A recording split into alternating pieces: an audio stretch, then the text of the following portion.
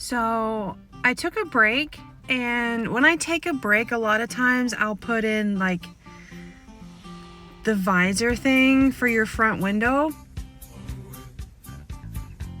I heard things dropping on my car, but I never assumed that it was a flock of birds having a shit fest.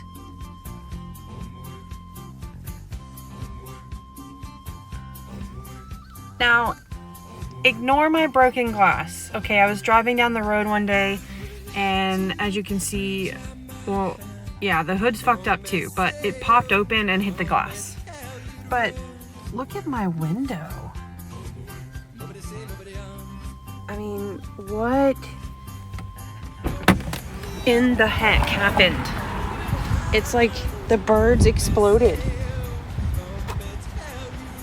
What in the actual shit?